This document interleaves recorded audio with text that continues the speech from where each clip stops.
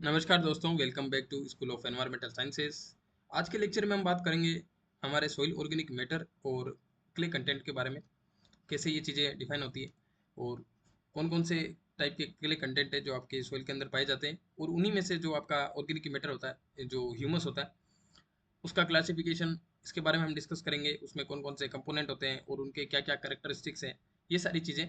ठीक है, काफ़ी इंपॉर्टेंट है for your exam, UGC net environmental sciences December cycle के लिए। जैसे कि ये लेक्चर चल रही है आपके जेआरएफ सीरीज, आप अपने और दोस्तों कलीग्स को बताएं, ठीक है, उनको इस वीडियो के बारे में।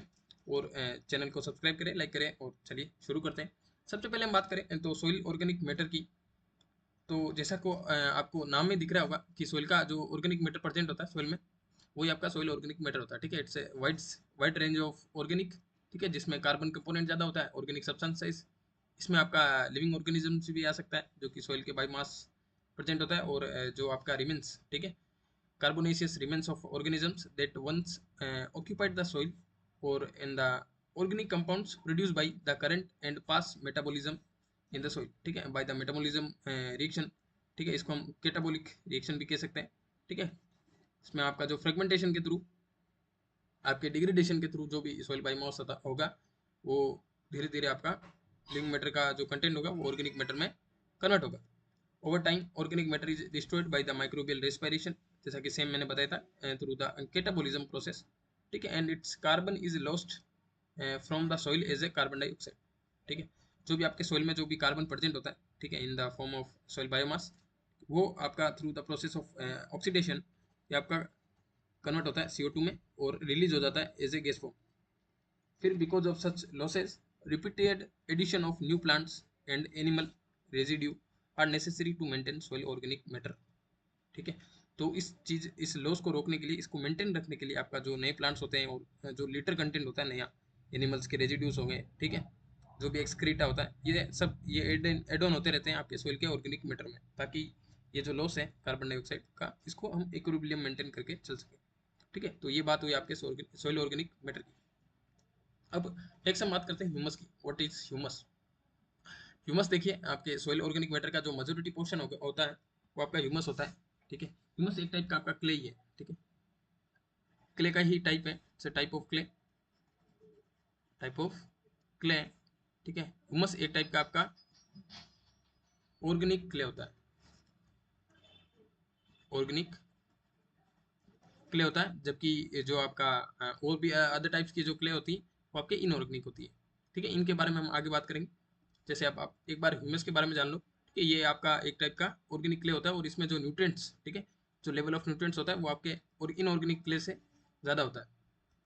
अब ह्यूमस होता क्या, देखिए, the portion of soil organic matter that is not alive और recognisable plant tissues, it is protected from rapid decomposition to some degree by the soil environment.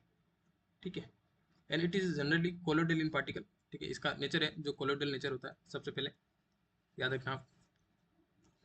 और इसका कलर है वो होता है आपका ब्लैक, ब्लैक कलर का होता है humus. Then previously thought to be composed mainly of very large polymer molecules, operationally defined as humic acid हुआ, फोलिक एसिड, या फिर इसको हम कहते हैं फ्लूविक एसिड। ठीक है, फ्लूविक एसिड हुआ और ह्यूमिन्स हुआ है, इन पार्ट्स में इसको डिफाइन करते हैं। ठीक है, ये अलग अलग इसके पार्ट्स हैं। अब मेनली जो हम ह्यूमस है, ठीक है, इसका क्लासिफिकेशन देखेंगे, जो कि आपके एग्जाम में ज़्यादातर क्वेश्चन इसी से आते हैं, ह्यूमस के क्लासिफिकेशन से। देन हम बात करेंगे कि सॉइल में आपके मेजर टाइप के कौन कौन से क्ले पाए जाते हैं। ठीक है, तो पहले हम ह्यूमस की बात करेंगे। Humus also part of clay, लेकिन पहले हम ह्यूमस की बात करेंगे, बाद में मैं बताऊंगा कि आपके सॉइल में जो क्ले पार्टिकल्स प्रेजेंट होते हैं, ठीक है, इनऑर्गेनिक और ऑर्गेनिक, वो किस टाइप के होते हैं। तो चलिए शुरू करते हैं। सबसे पहले हम बात करते हैं तो ह्यूमस की। ह्यूमस, जैसा कि मैंने बताया था कि जो आपका एक टाइप का ये क्ले है, बट ये ऑर्गेनिक क्ले है, और इसमें जो न्यूट्रिएंट्स का कंटेंट है वो क्ले के कंपैरिजन में ज़्यादा होता है। अब ये आपका दो टाइप का होता है ह्यूमस। सबसे पहले होता है इसमें, एक आता है आपका ह्यूमिक सब्सटेंसेस, और एक आता है आपका नॉन ह्यूमिक सब्सटेंसेस। ठीक है, ये दोनों आगे। देन अब इसके अलग अलग पार्ट्स हैं। देखिए, जो ह्यूमिक सब्सटेंसेस है, इनके तीन पार्ट्स होते हैं मेनली, जो आपके एग्जाम में पूछे जाते हैं। Number one, fulvic acid. Second आपका हो गया ह्यूमिक एसिड, थर्ड आपका हो गया ह्यूमिन, ह्यूमिन। ठीक है, आप याद रखना नाम, ह्यूमिक सब्सटेंसेज अलग है, ह्यूमस अलग है और ह्यूमिन अलग है। इन तीनों चीज़ों को आप कंफ्यूज मत कर लेना, ये मेरी हम्बल रिक्वेस्ट है आपसे। तो ये तीन हो गए इसमें। और नॉन ह्यूमिक सब्सटेंसेज होते हैं, इनमें देखिए क्या क्या आता है। इसमें आपके मेनली आपके जो बायो मॉलिक्यूल्स होते हैं, जैसे पॉलीसेकेराइड्स हुआ, सुगर्स हुए, proteins, then lignans, lignin content. ठीक है, आपके जो बायो रिफाइनरी प्रोडक्ट्स होते हैं, by products, refinery by product, by products. ठीक है, ये सारी चीज़ें आती है इसके नॉन ह्यूमिक सब्सटेंसेज के अंडर। ठीक है, ये सारी चीज़ें। अब ये जो तीन आपको दिख रहे होंगे, फ्लूइक एसिड, ह्यूमिक एसिड और ह्यूमिन, इन तीनों के जो कंपैरिजन है, इनकी क्या क्या प्रॉपर्टीज है, इसके बारे में हम बात करेंगे। काफ़ी इंपॉर्टेंट है। देखिए, सबसे पहले मैं यहाँ लिख देता हूँ। सबसे पहला आ गया आपका फ्लूइक एसिड, देन सेकंड आ गया आपका humic acid, then third one is humin. ठीक है, चलिए इसका पेन का कलर चेंज कर लेते हैं। अब सबसे पहले हम बात करें तो इसके सोल्यूबिलिटी। जो फ्लूइक एसिड होता है वो आपका सोल्यूबल होता है आपका एसिडिक पीएच और एल्कलाइन पीएच दोनों में। ठीक है, बोथ बोथ में सोल्यूबल होता है। ठीक है, सोल्यूबिलिटी। और अगर हम ह्यूमिक एसिड की बात करें तो ये आपका जो एसिडिक पीएच होती है उसमें आपका सोल्यूबल नहीं होता, बट एल्कलाइन पीएच होती है उसमें आपका ये सोल्यूबल होता है। अराउंड आपके जो पीएच होती है वो 3 से ज़्यादा होनी चाहिए। ठीक है, ह्यूमिक एसिड के लिए। और जो ह्यूमिन होता है वो आपका इनसोल्यूबल होता है, इनसोल्यूबल होता है इन बोथ पीएच। ठीक है, इन बोथ पीएच वाटर। ठीक है, तो ये चीज़ थी सबसे पहले इसकी सोल्यूबिलिटी की। देन हम बात करें तो इसके कलर की। तो इसका जो कलर होता है फ्लूइक एसिड का वो लाइट येलो, या फिर हम बात करें तो येलोइश ब्राउन कलर का होता है इसका कलर। देन जो ह्यूमिक एसिड होता है इसका कलर होता है आपका डार्क ब्राउन और ग्रे ब्लैक टाइप का, डार्क ब्राउनी, या फिर हम कह सकते हैं जो आपका राख का कलर होता है ग्रे ब्लैक, ब्लैकिश। ठीक है, वैसा कलर होता है आपका ह्यूमिक एसिड का। देन फिर जो ह्यूमिन होता है इसका कलर आपका कंप्लीटली ब्लैक कलर होता है, ब्लैक डार्क कलर। तो आप याद रखना ये चीज़। फिर जो फ्लूइक एसिड होता है वो आपका सॉइल में काम करता है एक्ट एज चिलेटर। ठीक है, चिलेटर जो आपके सॉइल में प्रेजेंट न्यूट्रिएंट्स होते हैं उनको पानी के साथ, ठीक है, वॉश आउट नहीं होने देता है, उनको होल्ड करके रखता है आपका एज ए चिलेटर। फिर जो आपके ह्यूमिफिकेशन की प्रोसेस होती है, ठीक है, या फिर हम कह सकते हैं सॉइल में जो एसिडिफिकेशन की प्रोसेस होती है, जिसमें हम जो ह्यूमिक एसिड होता है सॉइल का उसको हम एक्सट्रैक्ट कर लेते हैं। जब उसके बाद में अगर एसिडिफिकेशन की प्रोसेस के बाद में जो कंटेंट बचता है आफ्टर ह्यूमिक एसिड के एक्सट्रैक्शन के बाद में, तो जो रिमेन बचता है वो आपका फ्लूइक एसिड होता है। ठीक है, इसको हम कैसे लिखेंगे, देखिए ये आपका रिमेन्स आफ्टर रिमूवल ऑफ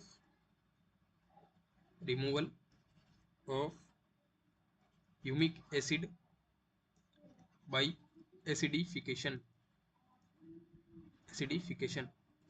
ये रही आपके फ्लूइक एसिड के बारे में कुछ बातें। देन फिर हम नेक्स्ट बात करें तो ह्यूमिक एसिड होता है, इसका जो केटाइन एक्सचेंज कैपेसिटी होता है वो ज़्यादा होता है काफ़ी। ठीक है, याद रखना आप। देन फिर हम नेक्स्ट हम बात करें तो जो आपका ह्यूमिक एसिड होता है, ह्यूमिक एसिड इसको हम यूज़ करते हैं यूरिया के साथ। ठीक है, ये दोनों, इन दोनों का जो कॉम्बिनेशन होता है वो एकदम वेल्ड, ठीक है, ऑर्गेनिक फर्टिलाइजर की तरह काम करता है। ठीक है, इनको यूज कर सकते हैं हम as a organic fertilizer, humic acid और यूरिया के मिक्सचर को मिक्स करके। ठीक है, ये कुछ चीज़ें थी। अब देखिए ह्यूमस होता है, ह्यूमस का जैसे मैंने बताया था कि ये आपके जो ह्यूमिक सब्सटेंसेज है उनके 3 टाइप है। और जो ह्यूमस होता है वो आपका फॉर्म होता है by the process of humification. ठीक है, by the process of humification, humification process के थ्रू आपका मेनली ये फॉर्म होता है ह्यूमस। और ह्यूमिक एसिड के बारे में और मैं बातें बताऊं तो इसमें जो एनपी के रेशियो होता है, एनपी के रेशियो, ये आप लिख लेना, इम्पोर्टेंट है। ये होता है आपका 10:0 और रेशियो 3, ये है। और ह्यूमिक एसिड ये आपका फॉर्म होता है by the process of plant decay, plant decay. ठीक है, प्लांट डीके में आपके ये जो न्यूट्रिएंट्स होते हैं, नाइट्रोजन भी होता है, पोटेशियम भी होता है। ठीक है, ये ऐसे अलग अलग रेशियोज में प्रेजेंट होते हैं आपके ह्यूमिक एसिड। कार्बन तो होता ही है, और जो ह्यूमिक सब्सटेंसेज होते हैं उनमें जो मेजोरिटी पोर्शन है वो आपका ह्यूमिक एसिड का ही है, ठीक है। मेजोरिटी जो पोर्शन है वो आपका ह्यूमिक एसिड का है, याद रखना आप। इन तीनों में से मैक्सिमम कंटेंट में आपका ह्यूमिक एसिड पाया जाता है। अब देखिए, अब इनके बारे में और चीज़ें हम डिस्कस करें तो वापस मैं यहाँ पर लिख देता हूँ। एक हो गया आपका fulvic acid, fulvic acid, then humic acid, फिर आ गया आपका वापस ह्यूमिन। अब इन तीनों की जो प्रॉपर्टीज़ हैं इनको हम डील करेंगे, कैसे ये वेरी करती है।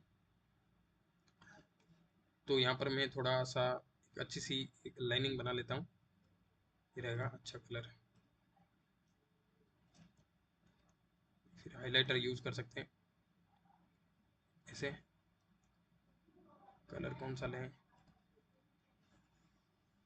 आपको दिख रहा होगा शायद। अगर हम लेफ्ट से राइट की तरफ जाएं तो, और राइट से लेफ्ट की तरफ,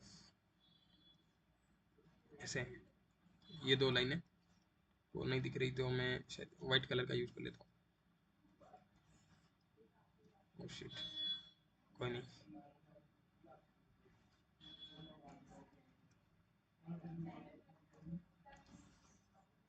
ये देखिए, आपको दिख रहा होगा, लेफ्ट से राइट और राइट से लेफ्ट की तरफ जाते हैं तो कैसे प्रॉपर्टीज वेरी करती है। अब आप ध्यान से सुनना। सबसे पहले हम बात करें तो आपके लेफ्ट से राइट की तरफ जाते हैं तो आपकी जो इंटेंसिटी होती है कलर की, वो आपकी बढ़ती है, ठीक है। क्या क्या बढ़ता है लेफ्ट से राइट की तरफ जाते हैं तो, जैसे याद रखना, इंक्रीज द इंटेंसिटी, ठीक है, of colour. Intensity of colour में इंक्रीज आता है, ठीक है। देन हम बात करें तो नेक्स्ट आपका डिग्री ऑफ पॉलीमराइजेशन, ठीक है। पॉलीमराइजेशन, पॉलीमराइजेशन इसकी डिग्री है, उसमें भी आपका इंक्रीज देखा जाता है, ठीक है। आपके फ्लूइक एसिड में जो पॉलीमराइजेशन की जो डिग्री होती है वो कम होती है, देन ह्यूमिक एसिड में और ज़्यादा होती है, फिर ह्यूमिन में आपका सबसे ज़्यादा पॉलीमराइजेशन देखा जाता है। ये एक बार मिटा दो, सही नहीं लग रहा। फिर हम बात करें तो आपका जो मोलिकुलर वेट होता है, मोलिकुलर वेट, मोलिकुलर वेट वो आपका सबसे ज़्यादा होता है आपका ह्यूमिन का, ठीक है। देन सबसे कम होता है आपका फ्लूइक एसिड का। तो मोलिकुलर वेट भी आपका लेफ्ट से राइट की तरफ बढ़ता है, और जो आपका कार्बन कंटेंट होता है वो भी इंक्रीज करता है लेफ्ट से राइट की तरफ, ठीक है। तो ह्यूमिन में आपका सबसे ज़्यादा कार्बन होता है और सबसे कम होता है आपका कार्बन किसमें, फ्लूइक एसिड में। फिर हम इसका अपोजिट देखें तो आपके जो राइट से लेफ्ट की तरफ जाए तो उसमें देखिए कौन कौन सी चीज़ें हैं। देखिए सबसे ज़्यादा आपका जो ऑक्सीजन का कंटेंट होता है वो आपका फ्लूइक एसिड में होता है, जबकि जो सबसे कम होता है ऑक्सीजन का कंटेंट वो ह्यूमिन में होता है, ठीक है। इसमें जस्ट उल्टा है कार्बन का, तो ऑक्सीजन का कंटेंट सबसे कम हो गया और सबसे ज़्यादा हो गया आपका फ्लूइक एसिड के साथ, ठीक है। इसमें यहाँ पर ह्यूमिक एसिड आपका बीच में लाई करता है। फिर जो एक्सचेंज एसिडिटी होती है, ठीक है, वो भी आपके ज़्यादा होती है फ्लूइक एसिड में। एक्सचेंज एसिडिटी, याद रखना आप, एक्सचेंज एसिडिटी ये आपके ज़्यादा होती है। और जो सोलिबिलिटी की डिग्री है, डिग्री ऑफ सोलुबिलिटी, जैसा कि मैंने बताया था लास्ट स्लाइड में आपको कि फ्लूइक एसिड है वो आपका एसिड और एल्कलाइन दोनों पीएच में सोल्यूबल होता है, बट जो आपका ह्यूमिन होता है वो इनसोल्यूबल होता है दोनों पीएच में, ठीक है। तो ऐसे ही आपके जो डिग्री ऑफ सोल्युबिलिटी है वो आपके राइट से लेफ्ट की तरफ ज़्यादा होती है, ठीक है। तो ये सारी चीज़ें थी, इनके जो करेक्टरिस्टिक्स हैं इनके बारे में, इनसे आपके क्वेश्चन आता है, ठीक है। आप याद रखना ये चारों प्रॉपर्टीज लेफ्ट से राइट से कौन सी, मैंने आपको इसीलिए ऐसे याद करवाया कि आप जो भी चीज़ें याद करो तो आप इंक्रीजिंग ऑर्डर में याद करो। ऐसा मत करो कि भाई इधर, अगर मैं ऐसा करता ना कि ये तीनों जो ये प्रॉपर्टीज़ है वो अगर हम लेफ्ट से राइट की तरफ जाते तो ये कम होती, तो इसलिए मैंने ऐसे याद करवा दिया कि सारे आपके इंक्रीजिंग ऑर्डर में, ठीक है। कि लेफ्ट से राइट जाते हैं तो ये सारे बढ़ेंगे और राइट से लेफ्ट जाते हैं तो ये तीनों बढ़ेगी आपकी, ठीक है। अब नेक्स्ट हम बात करें तो आपके चार मेजर टाइप के क्लेज होते हैं प्रेजेंट सॉइल के अंदर, ठीक है। सॉइल सॉइल क्लेज चार टाइप के होते हैं, मेजोरिटी, ठीक है, मेजर टाइप्स होते हैं सॉइल क्ले के। कौन कौन से होते हैं, सबसे पहले आता है आपका, इसमें भी दो टाइप मान लो आप, एक आ गया आपका इनऑर्गेनिक क्लेस और एक आपका हो गया ऑर्गेनिक क्ले। ऑर्गेनिक क्ले इसमें हम बात करें तो ऑर्गेनिक क्ले में जैसा कि मैंने बताया था, आपका जो ह्यूमस है वो इसका एकदम प्रोमिनेंट एग्जाम्पल है। ह्यूमस जो कि एक टाइप का आपका ऑर्गेनिक कोलेड होता है, कोलेड्स, ठीक है, ऑर्गेनिक कोलेड, क्योंकि क्ले पार्टिकल्स होते हैं वो कोलोइडल नेचर के ही होते हैं। तो ये ऑर्गेनिक कोलेड हो गया और ये आपके हो गए इनऑर्गेनिक कोलेड्स। और ह्यूमस के हम बारे में बात करें तो ये आपका होता है non crystalline, non crystalline nature का होता है। तो ये सारी चीज़ें थी with respect to organic clay in humus, ठीक है। फिर हम बात करें तो इनऑर्गेनिक क्लेज में इसके 3 टाइप होते हैं। सबसे पहले आ गया आपका जो लेयर सिलिकेट लेयर्स होती है, ठीक है, layer silicate clay, silicate clay सबसे पहला।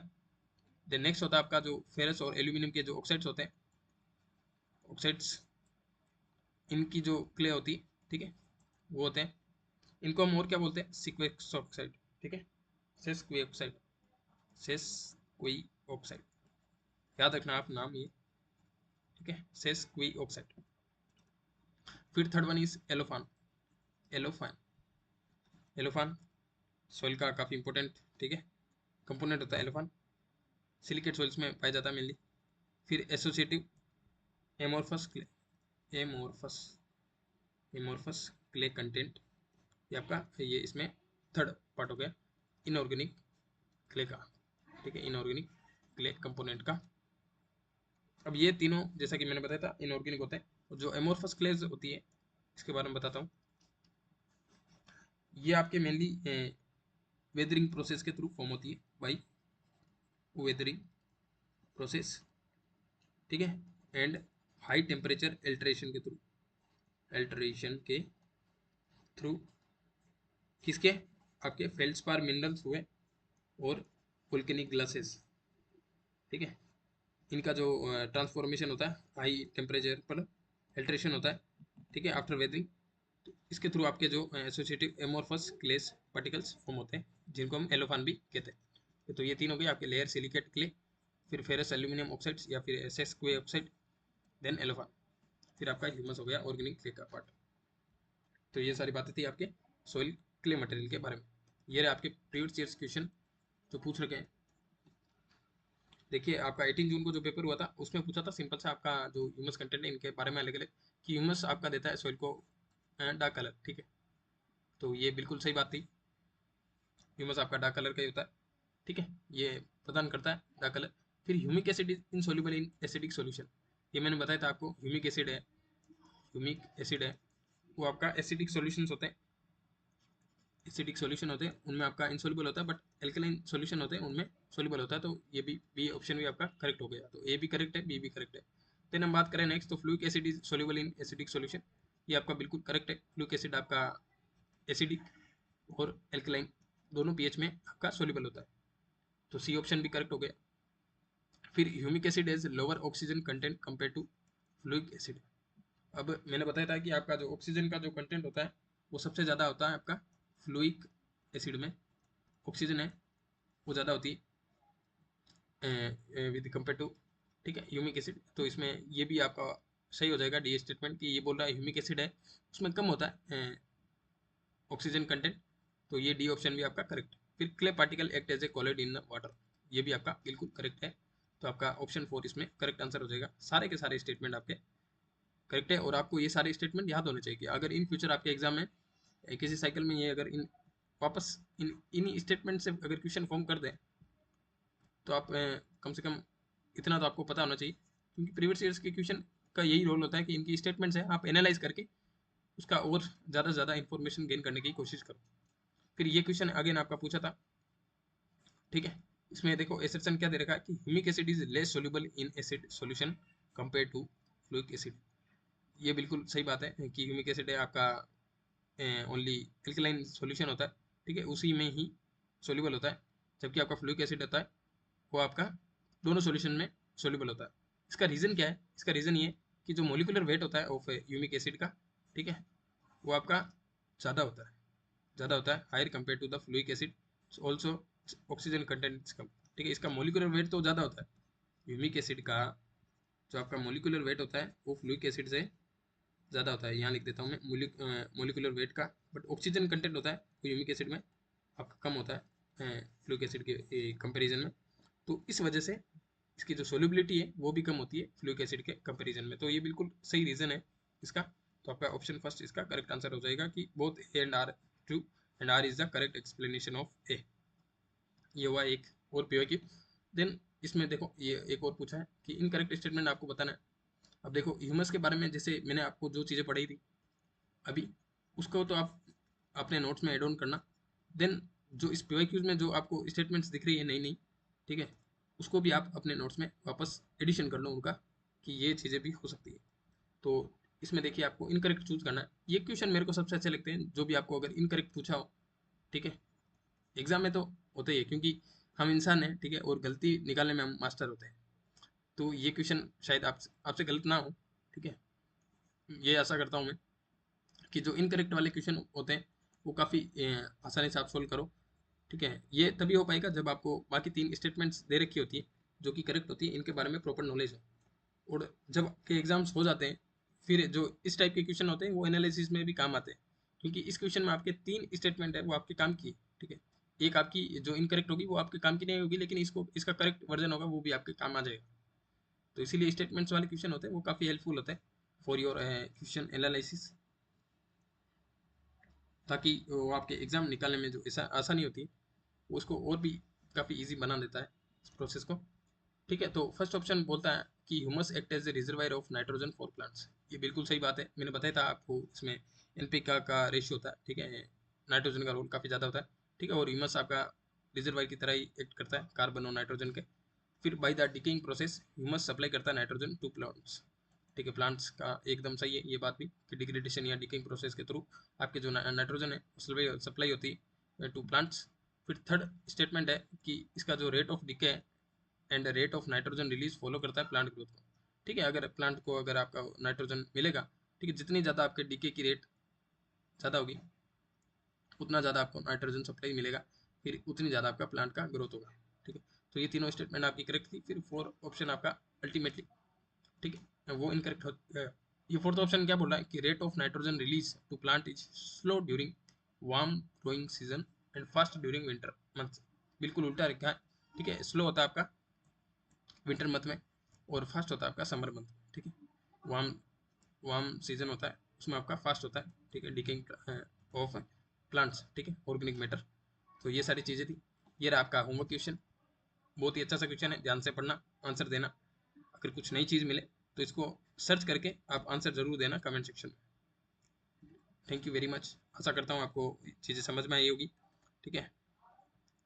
ओके, चलते हैं, बाय बाय, जय हिंद।